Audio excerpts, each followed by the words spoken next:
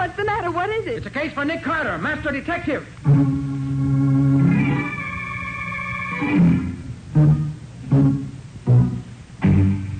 Yes, it's the case of the Clumsy Forgeries. Another case for that most famous of all manhunters, the detective whose ability at solving crime is unequaled in the history of detective fiction. Nick Carter, master detective.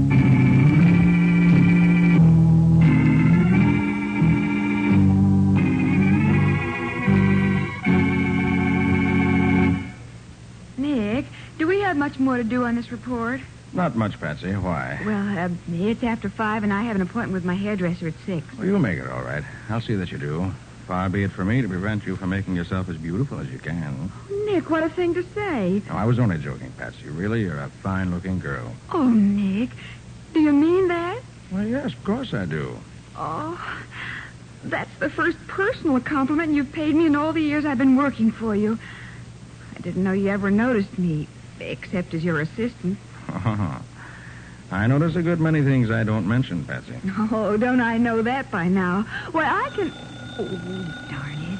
I bet I don't keep that date with the hairdresser after all. Nick Carter's office, Patsy Bowen speaking. Is Nick there, Miss Bowen? This is Dr. Bradford. Oh, yes, just a minute, Doctor. Here, Nick, Dr. Bradford. Oh, thanks. Hello, Doc. Where you been keeping yourself all these months? I haven't seen you in a dog's age. I know it, Nick. That's the old story. Shortage of doctors makes double work for the rest of us. Especially good ones like you. Well, what's new? Well, Nick, I've just run into a very peculiar thing, and I think you can help me. I'm glad to if I can. Let's have it. Well, I've been treating old Gerald Gould for years. Mm-hmm. He's been in bed with a very bad heart for some time now, due to pop off almost any minute. Well, this afternoon, when I dropped in for my regular visit at 5 o'clock, I found him dead. Heart failure? To the best of my ability to determine so quickly, yes. But when I started to straighten out the body so it wasn't as twisted as it was when he died, I found a piece of paper under him, on which was scribbled, "He killed me. He gave me." That's all. Looks as if he started to write something and died before he could finish it. Could he have been having hallucinations? I wouldn't say so, but I'd like your opinion before I do anything. Maybe you can find something that I've missed that'll show whether it was murder or not. You at the Gould house now? Yes, could you take a run over here? Certainly, Doc, if you really think it'll help. Well, I'm sure it will. But, just in case, suppose you come as my assistant. Say, Mr. Nicholas, how's that? Oh, fine. All right, Doc, I'll be there in 10 minutes.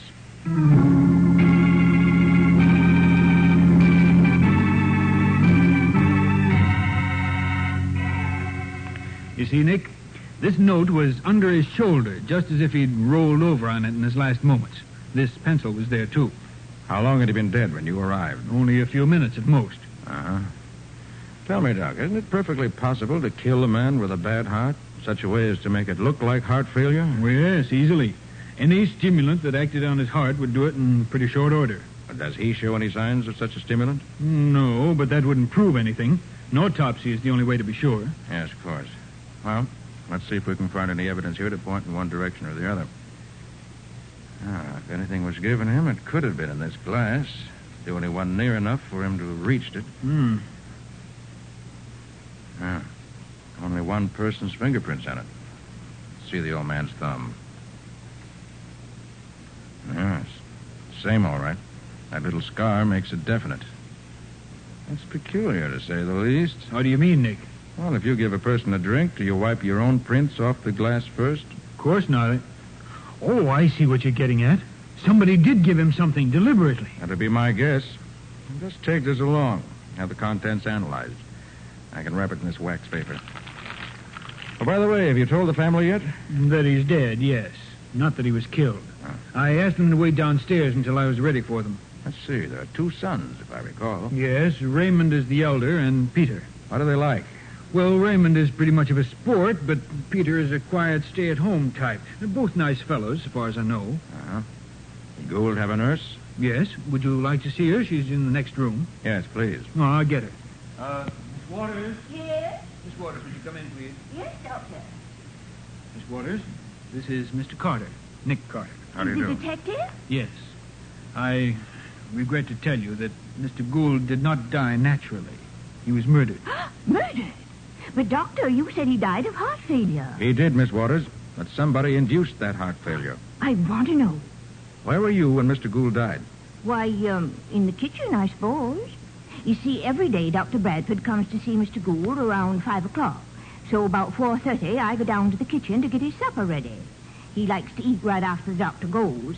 And I was there till Dr. Bradford called me to tell me Mr. Gould was dead. Was anyone there with you? Cook was, same as always. You don't think I did it, do you? Just checking up, that's all.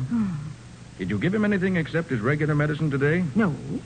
You ever use the glass that was here in the corner of this table? Well, that was Mr. Gould's water glass. Anybody could have used it to give him a drink. He drank lots of water. Mm-hmm. Mr. Gould keep any valuables here in this room? The only thing I know about is that box of his on the shelf under the table over there. He used to... Well, I declare, it's open. Was it usually kept locked? Yeah. Never saw it open before unless he was using it. And look at the keys there on the table. They was always kept under his pillow. Let's have a look at that. No, don't touch it. Maybe prints on it that we'll need. Now lift it carefully like this. Yes, this copper surface shows up the prints excellently. Well, What is it, Nick? this is strange. Only one set of prints on this, too. Are they Mr. Gould's? No, I don't think so. I can't be sure. Well, let's see what's inside. Sorted papers, letter from his lawyer, few notes. Oh, and a will. Signed and witnessed by Amelia Waters and Delphina Hayes. That's Cook and me. Leaves $1,000 a year to Peter, and the rest to Raymond. Oh, you must be mistaken, Nick. He'd never leave everything to Raymond. Well, that's what it says here. That's queer. That's very queer indeed. Does Raymond know about this will? Oh, no, sir, he doesn't. Cook and I were told to keep it a secret, and we have. I see. Are both the boys here now, Doctor? Well, yes, downstairs in the living room. Good. I'll take the dead man's prints, and then we'll have a talk with the two sons.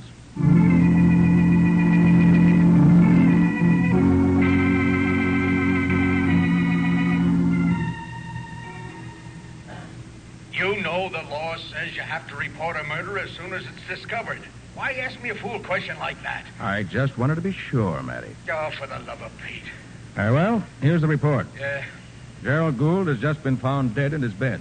Apparently died of heart failure. but that ain't murder, Nick. That's oh, phooey. But it is murder. Even though the only real proof at the moment is my own hunch. Well, why didn't you say so? I'll have a man up there right away. No use, Matty. You won't find anything. Won't find anything. Why not? Because I've got all the clues with me, so don't bother sending anyone up here. But, Nick, if there's a murder, I Not gotta... this time, Matty. Leave everything to me. We'll see you in a little while. Goodbye. No, wait, Nick, Did you say Father was murdered? Boys, this isn't really my assistant.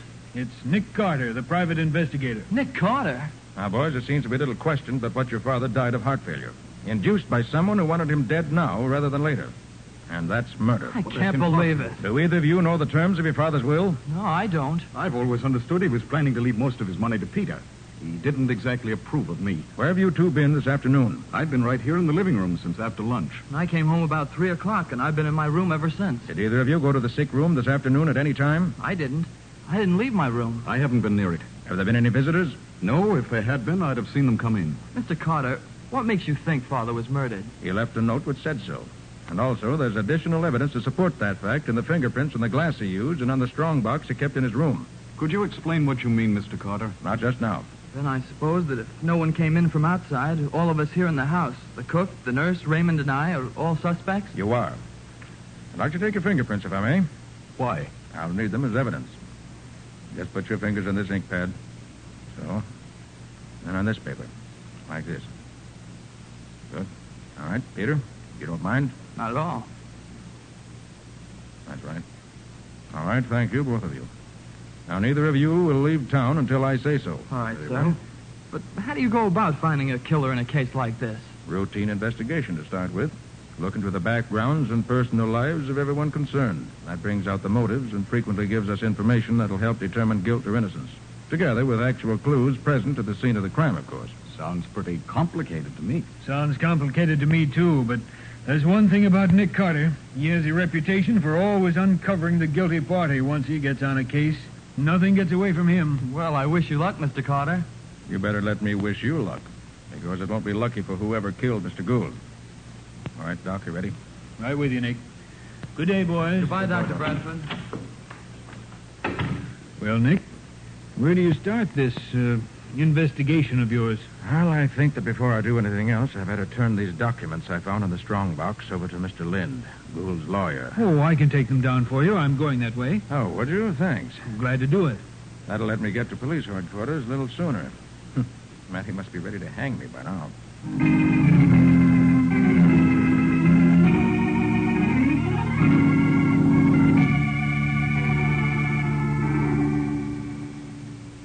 Well, it's darn near time you got here. You tell me there's been a murder, and then you tell me to stay away. Well, I sent a couple of men up there anyway. Well, Matty, as I told you on the phone, they won't find anything. I've got the only clues with me right here in the bag. I'm saving you time. Save me time. Yeah. Give me heart failure. Oh, what a pal. All right, here we are. Here's a drinking glass. Contents unknown, with only the dead man's prints on it. Have it analyzed to see what was in it, will you? Yeah, all right, Mr. Carter. Whatever you say. Thank you. Yes, Sergeant. Come in here. Yes, sir. Now, what else, Nick? Here's a copper box with some fingerprints on it. Gould kept his will and some other papers in it. Yeah? And here for comparison are the prints of the dead man and his two sons. See if the prints in the box can be identified. Yes, Sergeant. Yeah. Take this glass to the chemist. Tell him I want to know what was in it. And have the fingerprint boys look this box over. Right, Sergeant. And here, Matty, is a note. Found under the dead man's body. Here, let me see that. He killed me. He gave me... Huh. Well, I suppose he just had time to write this before he passed out. That's what I thought, too. And then when I found this pencil under the body, I wasn't so sure. How do you mean? The note was written with a soft pencil. But the pencil I found is a hard one. So the whole thing is a put-up job. Murder. I told you that before. Yeah, I know you did. I'm just thinking. I can think, too, can't I? I hope so. Why, you...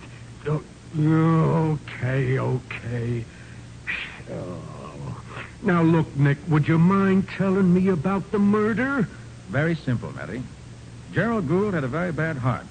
Somebody gave him a stimulant. Started his heart racing, overtaxed it, and it stopped. He died. Huh. So, and without the clues you picked up, it would have looked like a natural death. Not bad. Here's the report, Sergeant. Oh, let's see. Glass contained benzodrine and water. It's an awful deadly combination. Certainly is, if the victim had a bad heart, as Mr. Gould did. How about the prints in the box? The only prints on the box are Raymond's. And that means what? Considering that the will, which was in the box, leaves practically everything to Raymond, it's interesting, to say the least. You mean he did it? I do not. But I'm going to start finding out who did it if I can. Where you starting?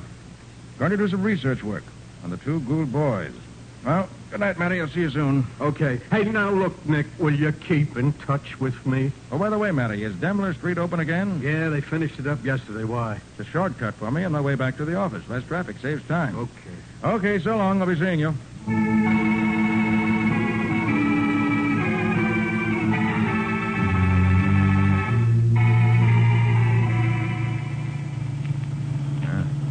Even less traffic here than usual. I wonder if Patsy's back yet. I'll be just like her to wait for me when there's no need of it. Calling Patsy Bowen, private investigator. Calling Patsy Bowen. Patsy Bowen. Patsy speaking, Nick. Are you in trouble? No, indeed. Just wanted to tell you to go on home. Oh, did you get your hair fixed? No, I've been waiting here. I never know when you're going to need me. Oh, sorry, Patsy. Go on home, go to bed. I'll tell you all about it in the morning. Okay, Nick. Good night. Poor Patsy. Always gets down on him all. Hey, you... Hey, what are you doing? Driving through a red light like that? Who's driving through a red light? Well, you big palooka. What's the matter? You colorblind? Look at the radiator of my car and the fender while you smashed the whole front end. I don't see nothing. Show me where I hit you. Show you? Now, look here, man. See the way that...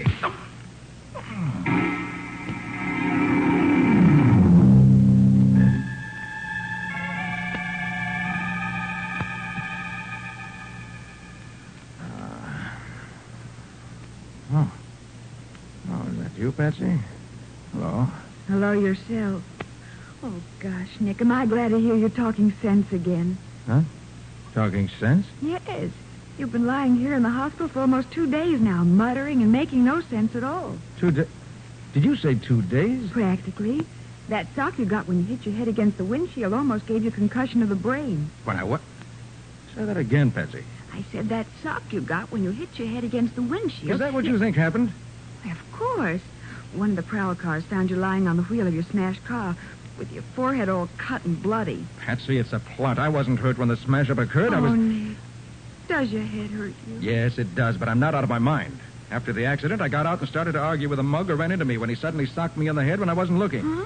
Is the car that ran into me still there? Oh, no. That was a funny thing. The other car was gone. Somebody wanted to get rid of me and apparently thought they had.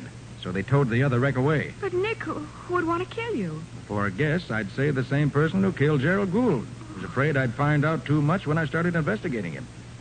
Well, he failed this time, and he won't get the chance again.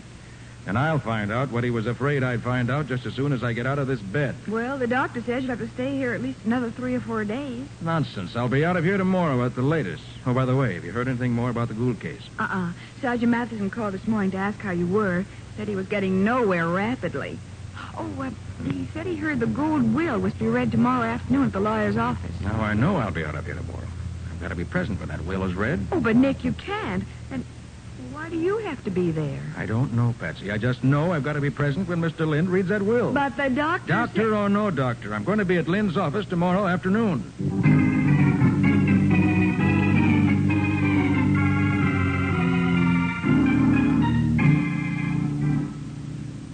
Now that Mr. Carter has arrived, I shall proceed to the reading of the will. What's the idea of having a detective and a cop here? This is a family affair. Raymond, Mr. Carter and Sergeant Matheson are here at my invitation. And now, if you're ready... All set, Mr. Lind. I shall be brief. This will, drawn up by Mr. Gould 6 days ago, directs that his funeral expenses and all other outstanding debts be paid first. He then directs that $1,000 a year for life be paid from his estate to his youngest son, Peter. What's that? I said he leaves you $1,000 a year for life. That's a dirty chip. He always said I was to have it all. Please, Peter, this is no time for an argument. But I can't live on that. Who gets the rest of the money? To his elder son, Raymond, Mr. Gould leaves the balance of his estate. Father never wrote that will. This is amazing. Father always said I'd get practically nothing. I'll bet you had a hand in this, Ray. Father would never do a thing like that to me. Not unless he'd been influenced. Peter, how can you think that? You had much more influence with Father than I ever did. Let me see that will. Certainly. Here it is. See? I told you something was wrong. That's not Father's signature. Wait a minute. What was that? I tell you, Father never signed that will. That signature is a forgery. Are you sure, Peter? Of course I'm sure. Get an expert. He'll tell you. Now that I look at it closely, it does look wrong. Excuse me a moment. I know. Father would never do a thing like that to me. Is this why you wanted to hear the will read? Did you expect this? Well, I expected something, Patsy, but I wasn't sure what. Nick, this changes the whole case around. Yeah, it certainly puts a new light on things, doesn't it? I think I begin to see where we're headed. Oh, for goodness sake, Nick. Oh, why? Here's Lind again. There's no question about it, gentlemen. This will is a forgery. I see it now. Ray forged the You're will crazy. and forged the will and then killed Father to get the money. I did no such thing. It was you who killed Father. Why should I kill him? I don't get anything out of the will. The boy's right. And it was Raymond's fingerprints on the strong box. Raymond Gould, I arrest you. You don't arrest me. Hey, come back here. Aren't you going to help catch him, Nick? No, Matty will get him. He's got the whole police force at his command. I'm more interested in something else. But don't you think Raymond is guilty? Certainly looks that way, doesn't it? Oh, Mr. Lind. Oh, Mr. Carter, this is terrible. Never before has such a thing happened in my office. Oh, Mr. Lind, did you ever see this will before? Yes, and that's why I can't understand it. I stopped in to see Mr. Gould the other afternoon, and he showed me the will he had just drawn up by himself. He bragged about saving a lawyer's fee by using his own typewriter and copying a will I had drawn for him some time ago. He said he'd changed the names of the heirs around, but otherwise it was just the same. Was it this will you now have? To the best of my knowledge, it was and is. And get the signature... Did he say why he'd changed the will? Simply said he'd learned something about his son he never knew before, and that he'd be darned if he was going to leave his money to a cheat like that. So this fake will is a copy of Mr. Gould's own will as he drew it up? I think so. As far as I can remember. Oh, it's incredible. Well, Patsy, let's go back and talk to Miss Waters again. Mr. Gould's nurse? Right. The situation has changed somewhat since I last saw her. Oh, by the way, Mr. Lind, you mind if I take this phony will along with me? Oh, not at all. If it'll do any good in finding out what's happened. I think maybe it will. Thanks. I'll see you as soon as I learn something.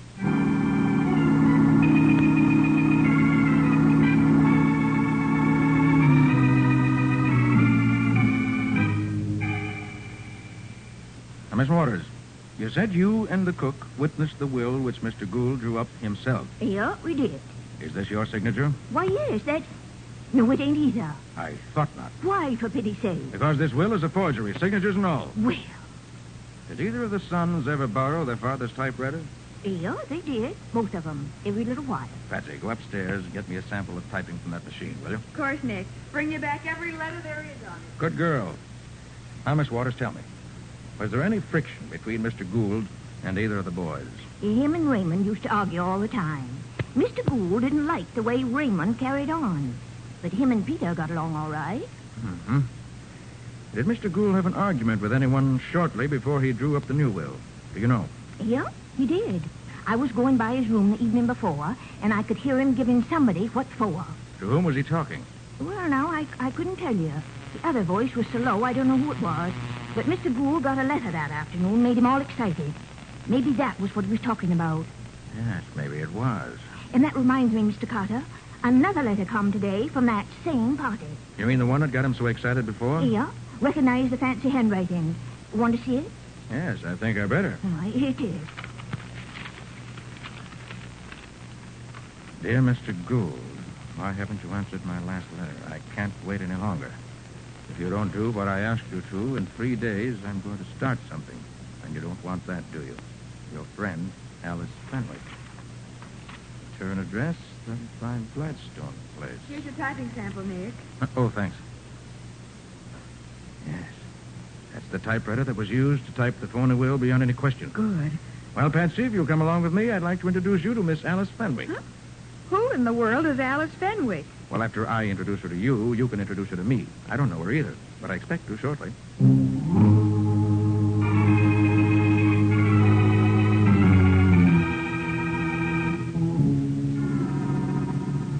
Gosh, this is a lonely section out here. Yeah, it's pretty well out in the suburbs. But we're nearly there now. Hey, Patsy. You see that car parked in the dark shadows under that tree? Yes, why? Why, that's the car that ran into me the night I was hurt. Are you sure? Of course I'm sure. I recognize that patch of light-colored paint on the rear fender. Oh, what's it doing out here? I wonder. Maybe there's some connection between that car and the Fenwick girl. She lives in the next house. Oh, Nick, hurry, let's find out.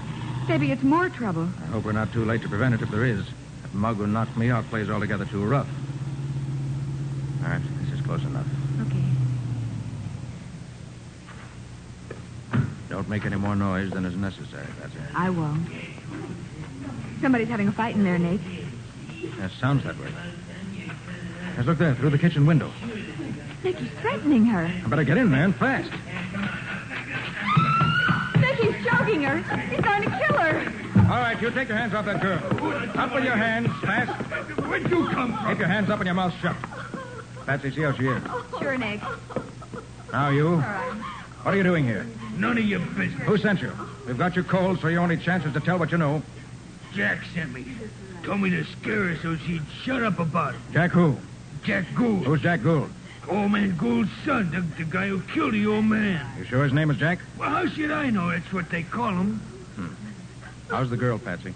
She'll be all right, Nick. More scared than hurt, I think. Okay, I'll call Matty and tell him we're coming down. If he's picked up Raymond, if he can get Peter to join us, our car party will be complete, and we can settle this case.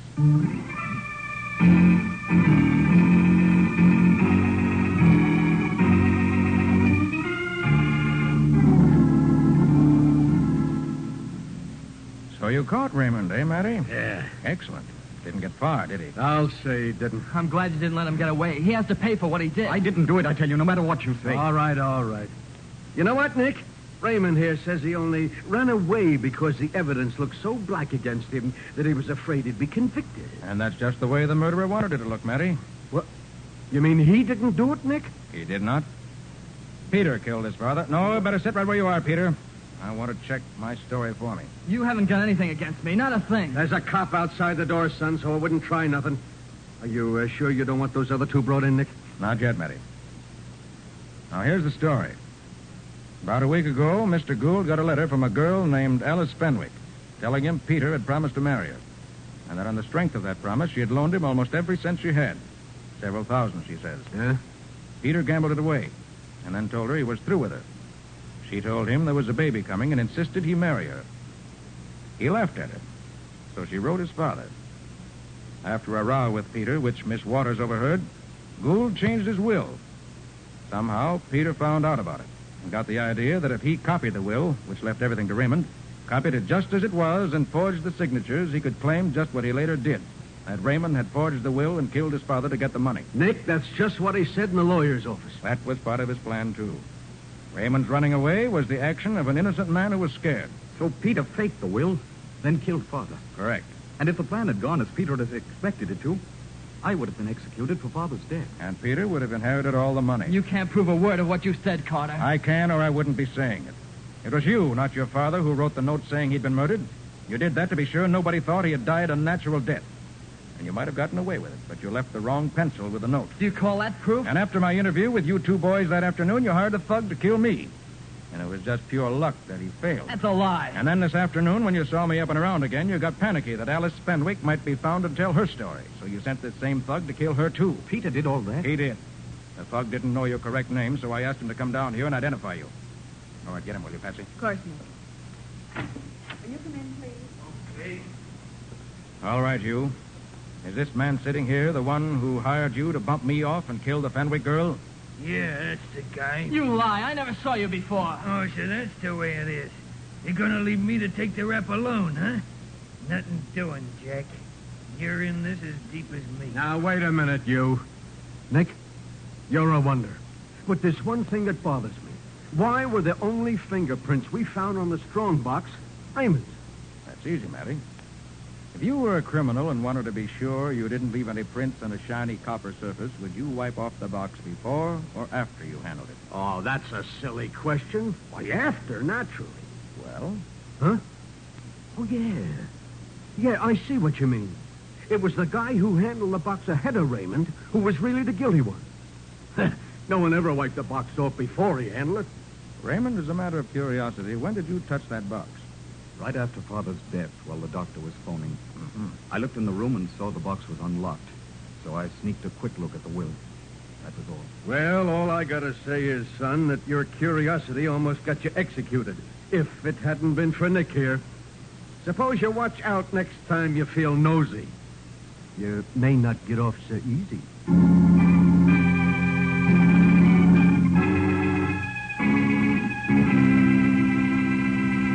Well, Nick, it's about time to hear something about next week's story, I think. How about it?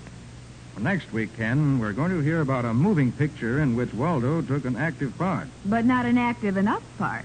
Other clues were a few yellow hairs, a pair of Hollywood sunglasses. And a movie director whose looks in 15 years didn't change at all. And what do you call this mixed-up mess? I call it the case of the make-believe robbery.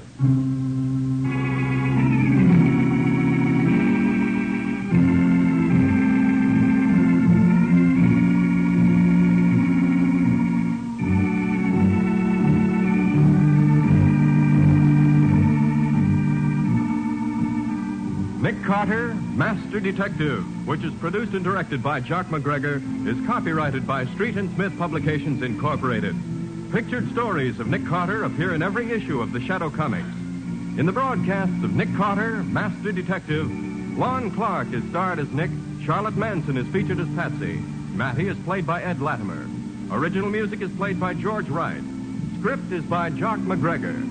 Any resemblance in these programs to actual persons, living or dead, or to actual places is purely coincidental. Nick Carter, Master Detective, is presented over most of these mutual stations each week at this same time. This is Ken Powell saying so long until next week.